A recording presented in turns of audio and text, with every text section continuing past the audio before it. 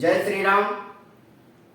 श्री राम सेवा आश्रम की ओर से आज के कथा में हम बताना चाहते हैं कि किस तरह से श्री रामचंद्र जी का और श्री जानकी जी का एक दूसरे से प्रेम प्रसंग होती है और एक दूसरे से मोहित होकर एक दूसरे होने का मन ही मन संकल्प करती है।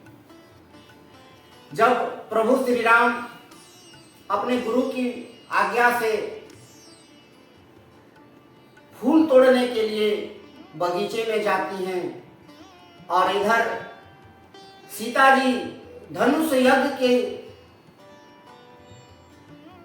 पूजा करने के लिए अपने माता जी और पिताजी की आज्ञा से पुष्प तोड़ने के लिए जब जाते हैं, दोनों ही एक दूसरे की सुंदरता को देखकर, दोनों ने एक दूसरे का आचरण को देखकर एक दूसरे के प्रेम में मोहित हो जाते हैं। प्रभु श्री राम ये जानते हैं जनक जी के यहाँ मेरा आने का उद्देश्य है कि जनक सुता से मेरा विवाह संपन्न होने वाला है।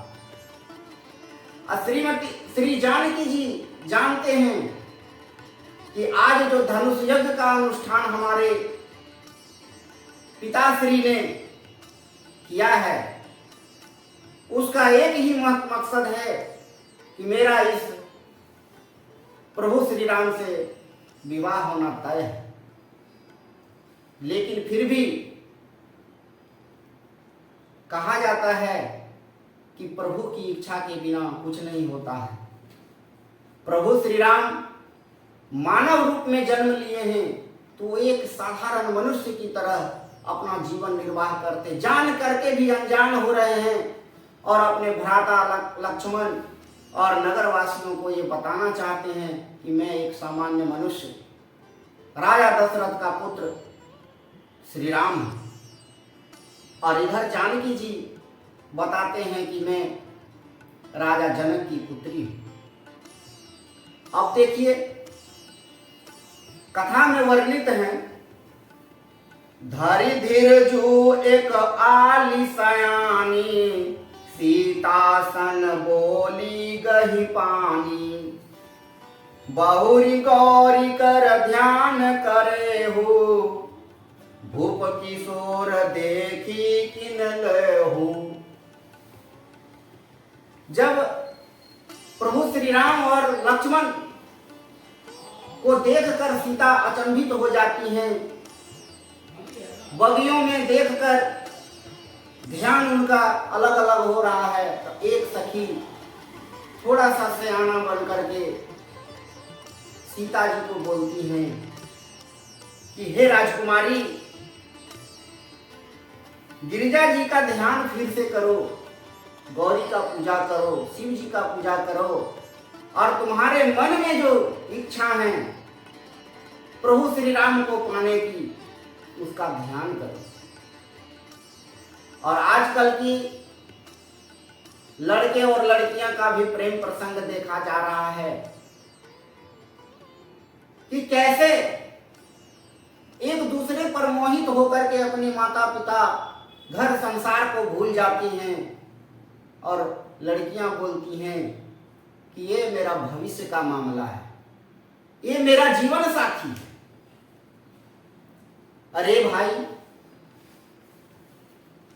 जीवन साथी तो तुम्हारा है, तुम्हें भविष्य की चिंता करने की जरूरत है, तुम्हारा भविष्य उसके साथ जुड़ा है, परंतु ये बात क्यों तुम भूल जाते हो कि जिस माता पिता ने तुम्हें 20 वर्ष तक 18 वर्ष तक पालन पोषण करके कभी किसी चीज का कमी होने नहीं दिया, वो क्या चाहते हैं कि मेरी बेटी का विवाह किसी नालायक लड़के के साथ हो जाए। हर माता पिता चाहती हैं कि हमारे पुत्री का विवाह, हमारे पुत्र का विवाह एक सुयोग्य कन्या और सुयोग्य वर से हो। तो हमें ये भूलना नहीं चाहिए कि आपके मन की इच्छा जो है वो भगवान के चरणों में समर्पित करिए। भगवान के चरण में जाकर के शीश नवाइए और कहिए, प्रभु हमारे मन में जो इच्छा है वो हम प्राप्त करने के लिए हम कैसे प्राप्त करें, ये प्राप्त करने के लिए हमें ऐसा योग्य बना दीजिए कि हम उस पद को पा सकें, हम उस वर को पा सकें। अब राजकुमारी सीता जो कि स्वयं जगत जननी है, उनके मन में क्या विचार आता है कथा में वर्णित है। सकुचि सिया तब नयन उघारे, सनमुख दो रघु सिंह निहारे। नख सिख देखी राम के शोभा, सुमेरि पिता पनु मनु अति क्षोभा।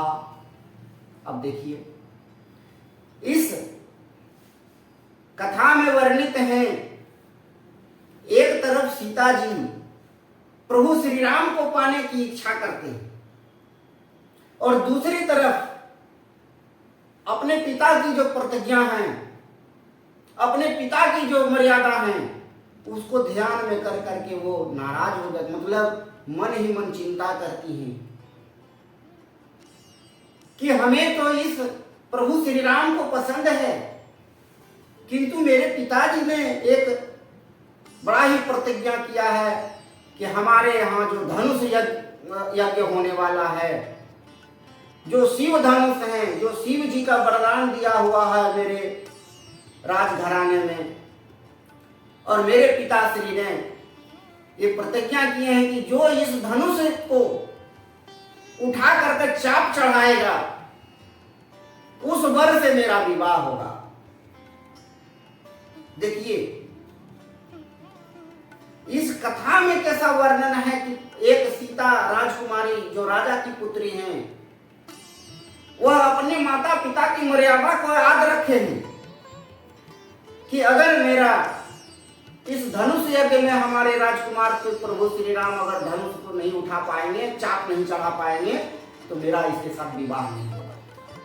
और आजकल की लड़कियां और लड़के क्या कर रहे हैं, हमको ये पसंद है, हमको जान से ज्यादा प्यार करते हैं, तो अपनी माता पिता की बातों को भूल जाते हैं और उनकी मर्यादा और मान और प्रतिष्ठा को दांव पर लगा करके बहुत सारे लड़के और लड़कियां घर से भाग जाती हैं, प्रेम विवाह कर लेता है, थाने में कोर्ट कचहरी में जाकर के अपने माता पिता का उपहास उड़ाते हैं। तो आजकल के नवयुवकों को मैं बताना चाहता हूं कि क्या आपके माता पिता का अगर इज्जत मिट्टी में मिल जाए तो आप इस जीवन का क्या करोगे। जिस माता पिता ने तुम्हें 20 साल 25 साल तक जन्म देकर 9 महीने गर्भ में रखकर और तुम्हारी एक एक खुशियों के लिए कितने न जाने कष्ट करते हैं, दिन भर मेहनत मजदूरी कर करके तुम्हें 3 टाइम का भोजन कराते हैं, बड़े सुंदर वस्त्र धारण करते हैं, जूता देता है, कपड़ा देता है, पहनने का घड़ी, चश्मा, मोबाइल सब दे रहा है, और तुम एक क्षण में प्यार के खातिर तुम भूल जाते हो कि हमारा कर्तव्य क्या है, हमारे माता पिता की इच्छा क्या है। तो ऐसा क्यों हो रहा है। हम सभी माता पिता से नम्र निवेदन फिर से करना चाहता हूं कि हर एक घर में रामायण की पाठ करना शुरू कर दीजिए, तभी हमारे संस्कार बचेंगे, हमारी सभ्यता बचेगी, हमारी मान मर्यादा और इज्जत और प्रतिष्ठा बचेगा। जब तक सब्जेक्ट को छोड़ करके, सब्जेक्ट को पढ़ना मूल है, परंतु हमारे सिद्धांत, हमारे जीवन, हमारे मर्यादा को बचाने के लिए एक धर्म ग्रंथ को पढ़ना बहुत अनिवार्य है।